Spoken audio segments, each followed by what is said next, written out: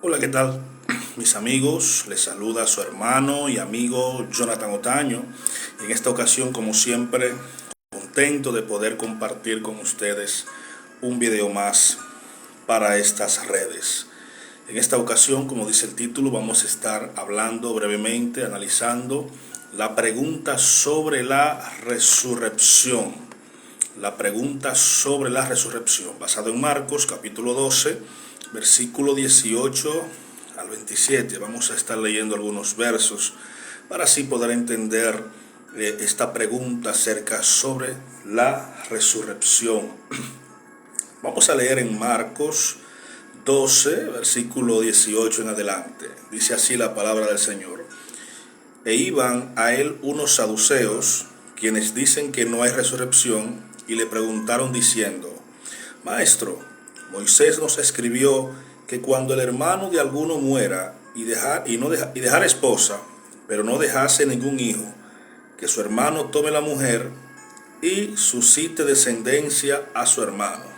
Hey Franklin, Dios te bendiga, mi hermano. Había 7 hermanos. El primero tomó mujer y al morir no dejó descendencia.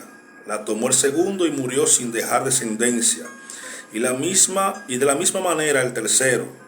Y los 7 no dejaron descendencia, y finalmente murió también la mujer.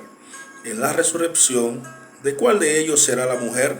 Porque los 7 la tuvieron por mujer. Jesús le dijo: ¿No erráis por esto al desconocer las Escrituras y el poder de Dios?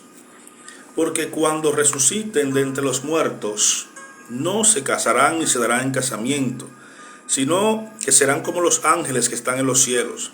Pero acerca del que los muertos resucitan, ¿no leíste en el libro de Moisés acerca de la zarza cómo les habló diciendo: Yo soy el Dios de Abraham, el Dios de Isaac y el Dios de Jacob? No es Dios de muertos, sino de vivos, y vosotros erráis en todo esto. Bien, mis hermanos, vamos a desmenuzar este tema, la pregunta sobre la resurrección de los muertos. Lo primero que dice el texto es, Shalom, mi hermano Franklin. Lo primero que dice el texto es: vinieron a él unos saduceos. ¿Quién eran los saduceos?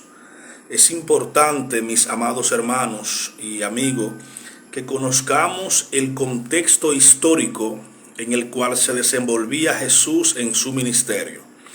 Para el tiempo de Jesús, lo que llaman el judaísmo del primer siglo, había unas corrientes, unos grupos, llámese los saduceos, los fariseos, los herodianos, los esenios, y estos grupos, cada uno de ellos tenía una interpretación diferente de las Escrituras.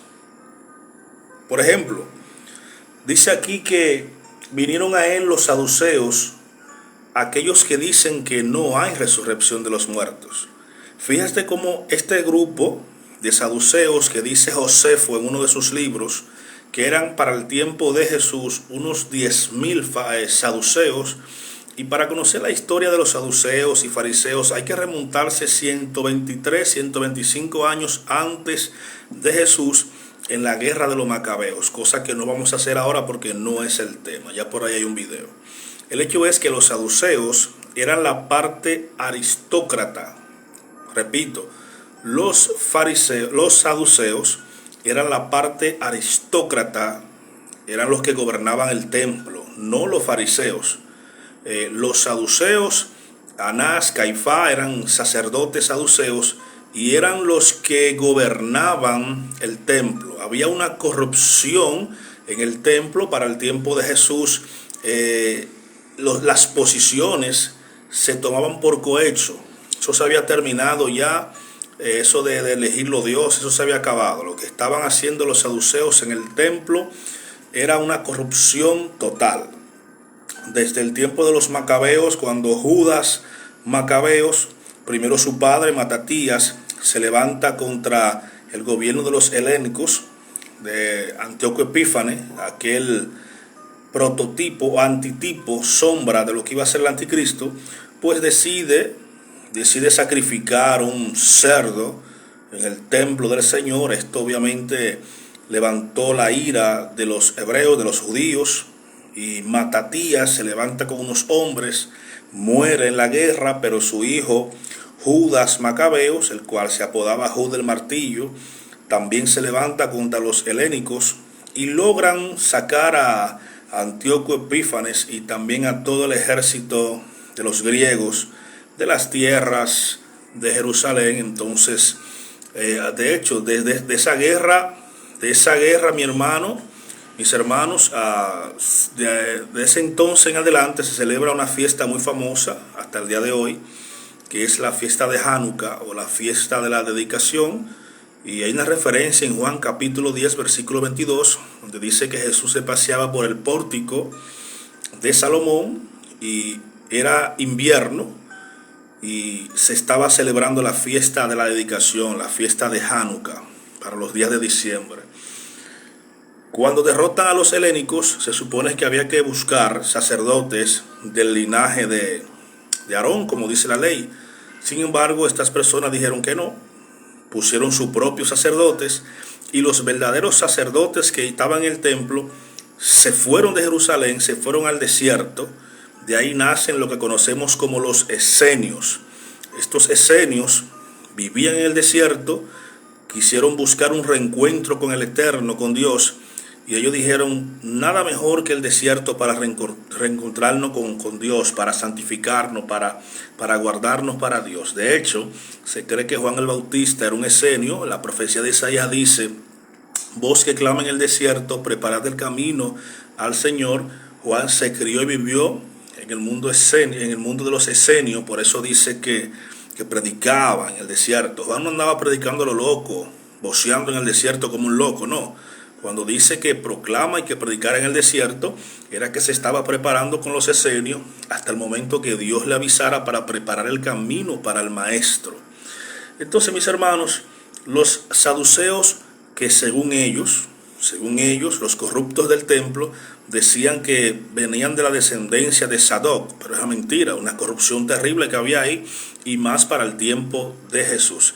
¿Qué pasa? ¿Cuál era la doctrina de los saduceos? Es importante, cuando leemos los evangelios, conocer cada detalle de las escrituras. Por ejemplo, los saduceos no creían en la resurrección de los muertos, y vienen a Jesús a hacerle la pregunta de la resurrección, no porque ellos le interese, no porque ellos creen eso, sino para burlarse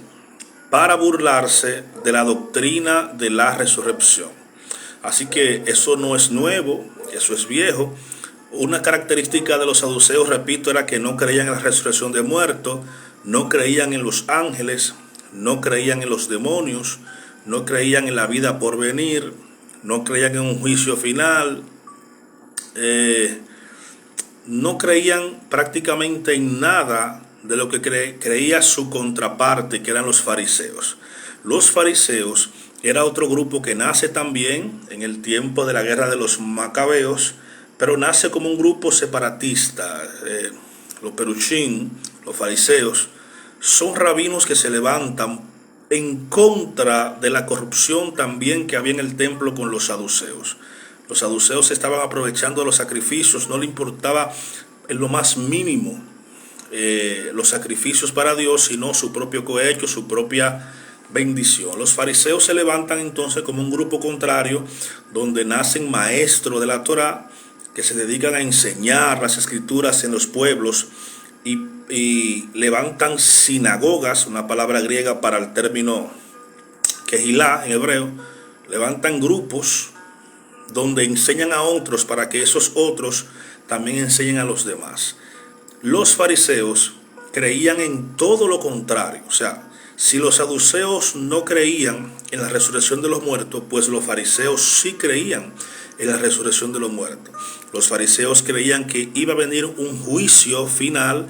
Los fariseos creían también en los ángeles, creían también en los demonios, creían en los espíritus. Los fariseos creían que un día vendría un Mesías, cosa que tampoco creían los saduceos. Los saduceos no creían que algún día vendría un Mesías, pero sí los fariseos creían en la llegada de un Mesías, un libertador. Entonces, basado en ese contexto, es que los saduceos, dice versículo 1, y vinieron a él unos saduceos, y quizás en su Biblia aparezca entre paréntesis, quienes dicen que no hay resurrección. Eso lo pone el traductor para dar una descripción de una de las características de los saduceos. Y dicen: Moisés nos escribió diciendo que cuando el hermano de alguno muriera y dejase esposa, su hermano tendría la obligación de casarse con ella. Esto, mis amados hermanos, lo podemos encontrar en Éxodo.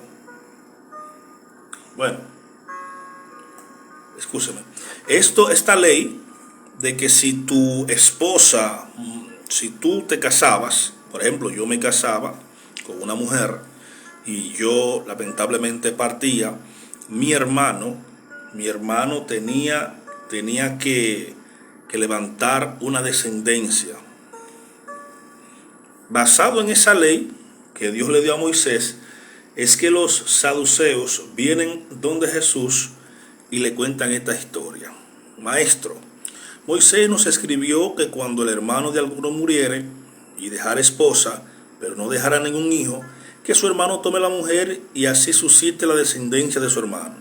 Habían 7 hermanos, cada uno de ellos se casó con la misma mujer. Murió el primero, murió el segundo, murió el tercero, y así murieron los 7.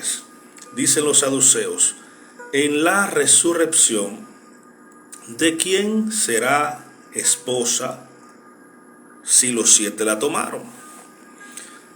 Si pensamos, es una pregunta lógica, es una pregunta bastante lógica. Si se casó con los 7 hermanos, en la resurrección, ¿de quién será esposa? Repito, los saduceos no creen en la resurrección de los muertos. Le están haciendo esta pregunta a Jesús para burlarse del tema de la resurrección, pensando que Jesús no tendría respuesta para esta cuestión. Jesús le dice 2 cosas: erráis en las Escrituras y en el poder de Dios. Erráis en las Escrituras y en el poder de Dios. Jesús identificó 2 problemas principales que tenían los saduceos. Primero, erráis en las Escrituras. Lo primero que Jesús le dice a los saduceos: ustedes, siendo sacerdotes, deberían ser versados en las Escrituras. Sin embargo, por la pregunta que ustedes me hacen, me dan a entender que no tienen el más mínimo conocimiento de la misma. Otro dato que se me escapó decirle de los saduceos es que los saduceos solamente reconocen los primeros 5 libros de Moisés, la Torá: Génesis, Éxodo, Levítico, Números y Deuteronomio. Y ellos dicen que en la ley no está clara el tema de la resurrección. Y en cierta medida es así, hasta que Jesús nos ilumina el camino, hasta que Jesús nos da la correcta interpretación. Y Jesús identificó 2 errores garrafales en la pregunta de los saduceos. Erráis en las Escrituras y en el poder de Dios. Dice aquí, vamos a leerlo. Dice: porque cuando resuciten de entre los muertos, no se casarán ni se darán en casamiento. El matrimonio, el casamiento es de los hombres, por tanto, es de esta tierra. ¿Y para qué nos sirve el matrimonio? Para perpetuar la descendencia. Jesús le dice: ustedes erráis en las Escrituras y en el poder de Dios, porque cuando resuciten los muertos, no se casarán ni se darán en casamiento. En otras palabras, cuando Cristo regrese, en la venida, en el regreso de Cristo, no habrá necesidad de matrimonio. En la eternidad no habrá necesidad de matrimonio. No se casarán, ni se darán en casamiento, sino que serán como los ángeles que están en el cielo. En el cielo, los ángeles no se reproducen por medio de relaciones sexuales, como pasa con los seres humanos aquí en la tierra. Jesús dice que en la resurrección tendremos la capacidad, por así decirlo, seremos, como los ángeles que no necesitan tener relaciones sexuales para reproducirse. Dios creó ángeles y no hay ángelas, no hay angelitos, no hay ángeles pequeños que van creciendo. Eso no existe, eso está solamente en la fantasía y en el populacho. Esos angelitos no existen, eso de San Valentín, ese tipo de cosas, eso no existe. Hay ángeles y son asexuales, ni hembra ni varón, aunque la Biblia le llama varones.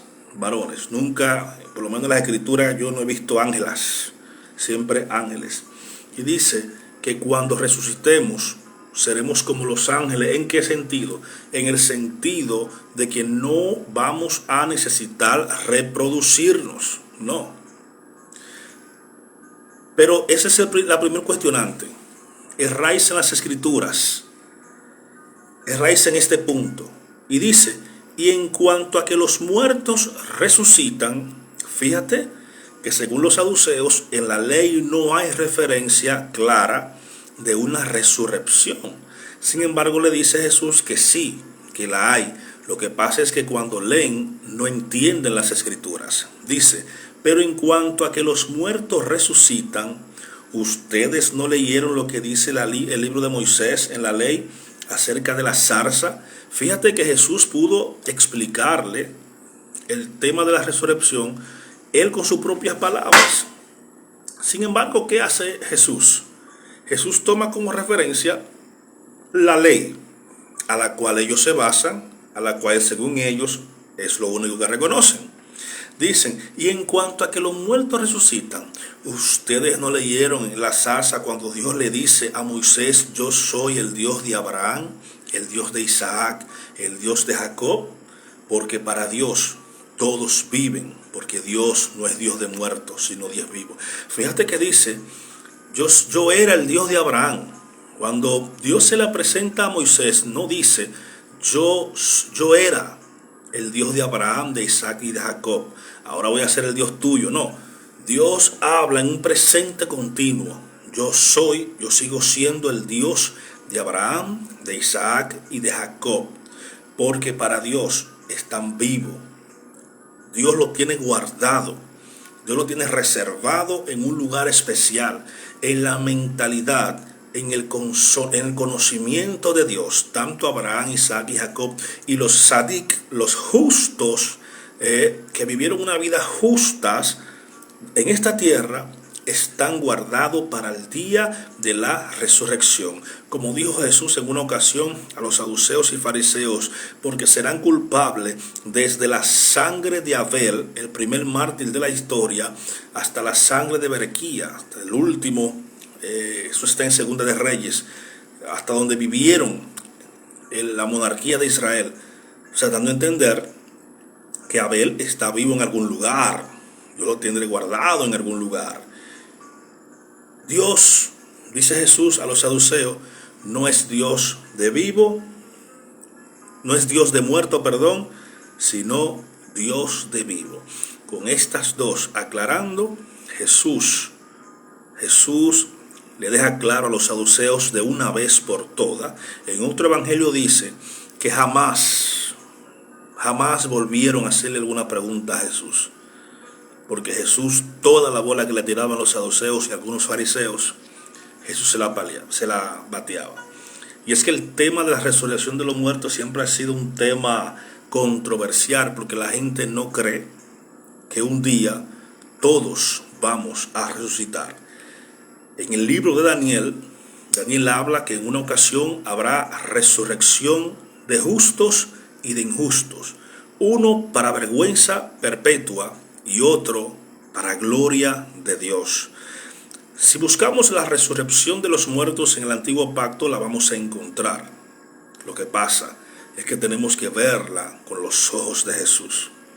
Pablo fue un acérrimo predicador de este tema. De hecho, cuando Pablo llega donde está Grecia, en el Areópago, los griegos estaban impuestos a recibir personas que trajesen un mensaje, una doctrina, un conocimiento nuevo, porque recordemos que Grecia viene siendo la cuna del conocimiento, la máxima en cuanto al conocimiento. Siempre estaban preocupados por saber cosas nuevas.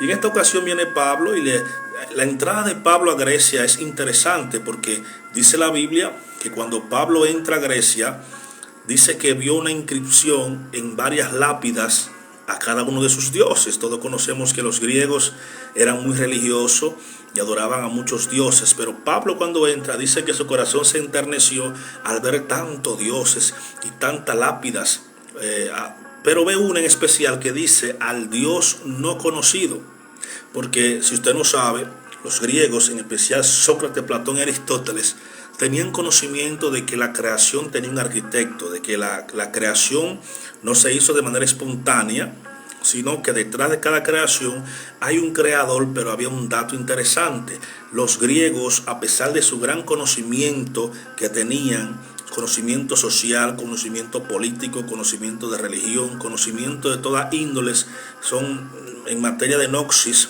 de trabajar con el cerebro, son unos máster.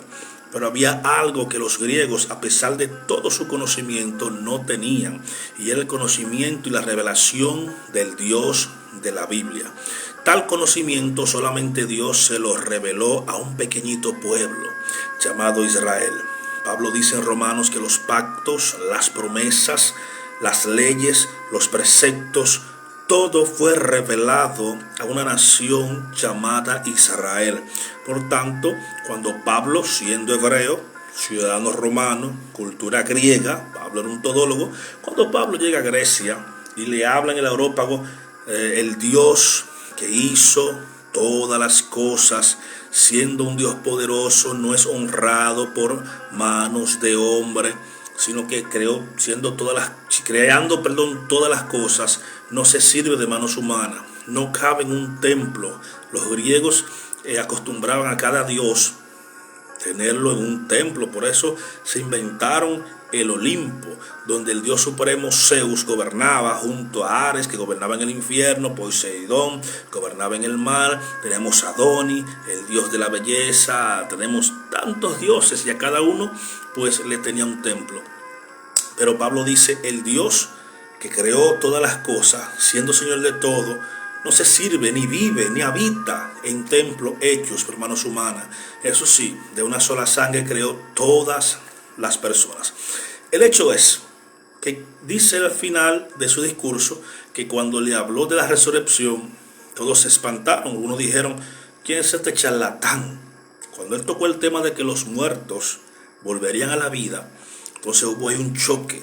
Muchos dijeron, es un charlatán, palabrero. Otros se quedaron para conocer más de esta cosa. Pablo, por ejemplo, en 1 Corintios 15, del 13 al 19, dice lo siguiente, lo voy a leer: porque si no hay, escuche esto, si no hay resurrección de muertos, tampoco Cristo resucitó. Y si Cristo no resucitó, vana es nuestra predicación. O sea, estamos predicando en balde. Dice, vana es también vuestra fe, y somos hallados falsos testigos de Dios, porque hemos testificado de Dios, de parte de Dios, que Él resucitó a Cristo, al cual, según ustedes, no resucitó. Si en verdad los muertos no volverán a la vida, vuestra fe es vana, aún están en vuestros delitos y pecados. Entonces también los que durmieron en Cristo perecieron. Si en esta vida solamente esperamos en Cristo, somos los más dignos de conmiseración de todos los hombres. ¿Qué está diciendo el apóstol Pablo aquí? El apóstol Pablo está defendiendo la tesis de la resurrección de los muertos. Y por parte va diciendo, para que podamos desglosarlo, dice, porque si no hay resurrección de muertos, entonces tampoco Cristo resucitó. Bien, y si Cristo no resucitó, entonces vana es mi predicación, estoy predicando en balde. Estoy arriesgando mi vida donde quiera que voy, recibiendo persecución, tanto de romanos como de judíos. Estoy siendo azotado, sufriendo, pero en vano. ¿Por qué? Porque Cristo no resucitó. Vana es también vuestra fe. ¿En quién están creyendo ustedes? Dice, y somos hallados no solamente eso, somos hallados falsos testigos de Dios, porque nosotros andamos predicando que Dios resucitó de los muertos al Cristo de la gloria. Pero no se queda ahí, porque si los muertos no resucitan, tampoco Cristo resucitó. Y esto se lee sencillo, porque si los muertos no resucitan, tampoco Cristo resucitó. Y digo que se lee sencillo, pero encierra una verdad demasiado profunda. Si Cristo no resucitó, entonces no hay cristianismo. Porque la victoria de Cristo, mis amados, no la obtuvo cuando Él murió. Porque aparte de Cristo, si usted no lo sabe, muchos se autodenominaron el Mesías, murieron, al igual que Cristo. La única diferencia es que Cristo resucitó. La victoria de la iglesia radica en que Cristo no solamente murió por nuestros pecados, sino que resucitó. Y no solamente resucitó. Dice la Biblia en el libro de Hechos que más de 500 personas fueron testigos que vieron, palparon, observaron al que 40, 50 días atrás habían matado en la fiesta de la Pascua. No es solamente un tema de que Cristo resucitó y ¿quién lo vio? No, el libro de los Hechos dice que más de 500 personas junto a los apóstoles observaron al Cristo que 50 días atrás habían asesinado en la fiesta de la Pascua. Y vamos a usar la lógica para que ni siquiera la fe, vamos a usar la lógica. ¿Quién va a morir por una mentira? ¿Quién va a sufrir el martirio predicando una mentira? ¿Quién va a sufrir persecución? ¿Quién va a permitir que sus hijos sean devorados, que sean asesinados, que sean quemados por una mentira? Al contrario, mis hermanos, todos los que sufrieron persecución en el primer siglo del nacimiento de la iglesia, lo hicieron porque su convicción en Cristo era más fuerte que su propio amor a su propia vida. Repito, muchas personas entregaron su vida por Cristo porque su convicción de que Cristo estaba vivo era más fuerte que el amor a su propia vida. En esas persecuciones de Nerón, donde metía cristianos bañados de sangre en el Coliseo romano para que los leones y las fieras hambrientas lo destrozaran, dejaban a los leones y a los tigres con 3 días de hambre, con una ansiedad, y cuando soltaban esas bestias, hermano, cuando soltaban esas bestias devoraban a nuestros hermanos cristianos que van a morir por una mentira. No, mis hermanos, esa gente tenía una convicción fuerte en la resurrección de Cristo. Y muchos dirán, no, pero es que una mentira dicha varias veces se convierte en verdad. Eso no aplica en el reino de Dios. Una mentira dicha 1000 veces se convierte en una mentira dicha 1000 veces. Punto. Pero mis hermanos, la resurrección de Cristo y la resurrección de los muertos es un tema claro en las Escrituras que el apóstol Pablo abordó varias veces. Primera de Tesalonicenses capítulo 4, versículo 16 en adelante, hay una promesa hermosísima para cada uno de nosotros que esperamos en Cristo Jesús. Dice, porque el Señor mismo, no un ángel como enseñan una religión por ahí, no, porque el Señor mismo, con voz de ángel, con voz de arcángel, con trompeta de Dios, descenderá del cielo, y los muertos en Cristo resucitarán primero. Luego nosotros, los que vivimos, lo que hayamos quedado hasta el regreso de nuestro amado Señor Jesucristo, seremos transformados. La palabra transformado, metanoia en griego, habla de un cambio de repentino. Y es lo que dice 1 Corintios capítulo 15, versículo 52 y 54. Porque es necesario que este cuerpo corruptible se vista de incorruptibilidad, y este cuerpo de muerte se vista de cuerpo de vida. Y cuando esto acontezca, entonces se cumplirá en nosotros la promesa que está en Oseas 14:12, que dice: muerte, ¿dónde está tu muerte? Porque el aguijón de la muerte es el pecado, pero al Cristo haber vencido la muerte, y con la muerte el pecado, nosotros somos en Cristo Jesús también resucitados. Oh muerte, ¿dónde está tu aguijón? El Señor mismo, mis hermanos, porque quien murió por nosotros fue Él. Y los ángeles, cuando vieron a Jesús alzado al cielo, dijeron: ¿qué hacéis, Galileos, mirando hacia el cielo? Ese mismo Cristo que ustedes ven que está subiendo desde Jerusalén, por ahí mismo va a regresar. No va a venir por Nueva York, no va a venir por Boston ni por Europa. Por donde vino, por donde se fue, regresa. Pero aquí lo importante no es por donde venga. Lo importante es que Él prometió que vuelve. Y Él no miente. Estamos en el siglo XXI, año 2025, donde el conocimiento ha aumentado, donde el raciocinio ha aumentado, donde se ataca nuestra fe. El hecho de que esperamos a nuestro Mesías, a nuestro Cristo, es atacado día y noche. Pero yo no me asombro de eso, porque ya Pedro en su segunda carta, capítulo 3, dijo que vendrán tiempos en que muchos dirán: ¿dónde está la promesa de su advenimiento? Porque desde que los padres durmieron todo permanece igual. Dice Pedro: estos ignorantes ignoran que el cielo que ahora vemos subsiste por la misma palabra de Cristo. En otras palabras, lo que está diciendo Pedro es: no se preocupen de que se burlen de su advenimiento, porque Cristo no va a venir cuando ellos digan. Cristo va a venir, según Pablo, Romanos capítulo 11, cuando el número de los salvados se complete. Entonces Dios le dice al Mesías: ve a buscar a tu novia. No es cuando yo diga, ni cuando el mundo diga. Es cuando Dios, que es el único que sabe cuándo se cumplirá el número de los salvados, diga: ve a buscar a tu novia. Ahora, ¿qué dice la Biblia? Jesucristo sobre todo: velad y orad.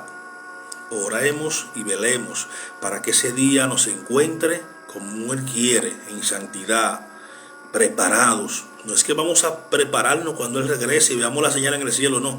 Tenemos que vivir preparados. Además, le vamos a hacer caso a quién: a Jesús, que dijo que venía por nosotros, o a un grupo de personas que no creen en Dios, lo cual la Biblia dice que son necios. Un grupo de personas que dice: desde que soy pequeño Cristo vuelve. Bueno, dale gracias a Dios que no ha venido y todavía tú no te has arrepentido, porque hermanos, de que Cristo viene, vendrá. Además, mis hermanos, yo no estoy aquí para defender las verdades de la Biblia simplemente. Estoy para confirmar lo que ya creen. Lo explico. A mí me han invitado varias veces a debates. Yo no soy de debates. Y no es porque tenga miedo. Yo tengo conocimiento para debatir con quien sea. Pero Dios no me ha llamado a debatir a mí. Para eso hay apologistas muy buenos. Ahora, yo sí trato de confirmar lo que la Biblia dice. Yo trato de confirmar lo ya afirmado, como decía Pedro. Hermano, esta es la segunda carta que os escribo, y con ella les exhorto a que se mantengan firmes. Para mí no me molesta volver a escribirle, y a ustedes le da seguridad.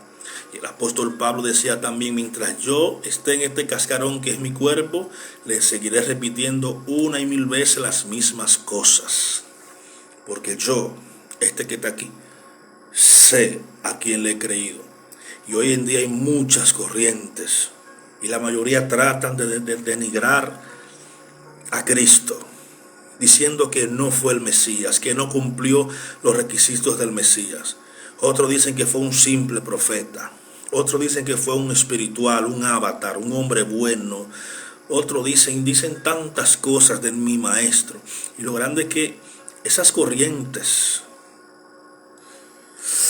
están desviando a muchos que antes profesaban la fe en Cristo y ahora de que están confundidos, que no saben si en quien creían es el Mesías o no. Y tú lo ves que ahora se lanzan al judaísmo, el judaísmo que ataca la mesianidad de Jesús. Tú lo ves ahora vistiéndose de judío. Confundido, hermanos.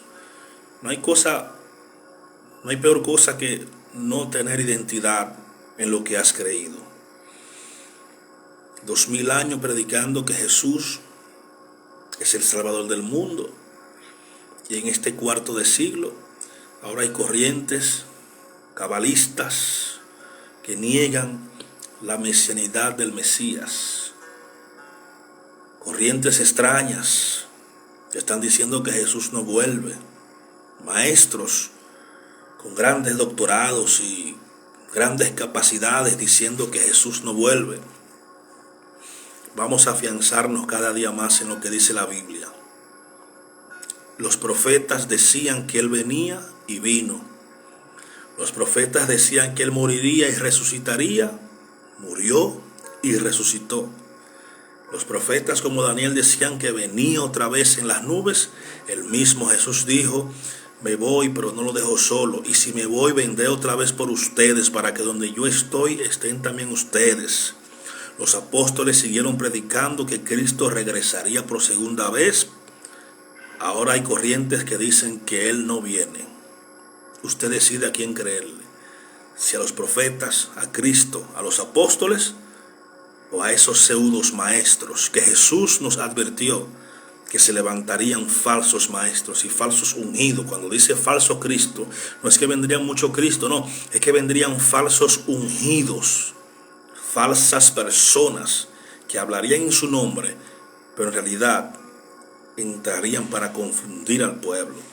Como dice Judas en una de sus cartas, bueno, en su única carta, Judas dice que muchos han entrado encubiertamente entre nosotros, cambiando la libertad que nos ha dado Cristo en libertinaje, los cuales desde antes de la fundación del mundo su perdición ya está reservada. Cristo, los apóstoles, nos advirtieron muchas veces que falsos predicadores, falsos maestros, se levantarían de entre ustedes y negarían la eficacia de nuestra fe. Mantengámonos alerta, mantengámonos firmes, no importa lo que tengamos que pasar. Cristo murió por nosotros, nosotros tenemos también que darlo todo por Él. Shalom, mis amados hermanos. Saludo a Franklin, saludo a Jesús de Rosario, saludo a Sandy Garó, saludo a mi pastor Santo Gómez Urbay, saludo a todos los que estuvieron atentos a este mensaje. Jesús vuelve y esa es la promesa inquebrantable en la cual estamos afianzados. Shalom.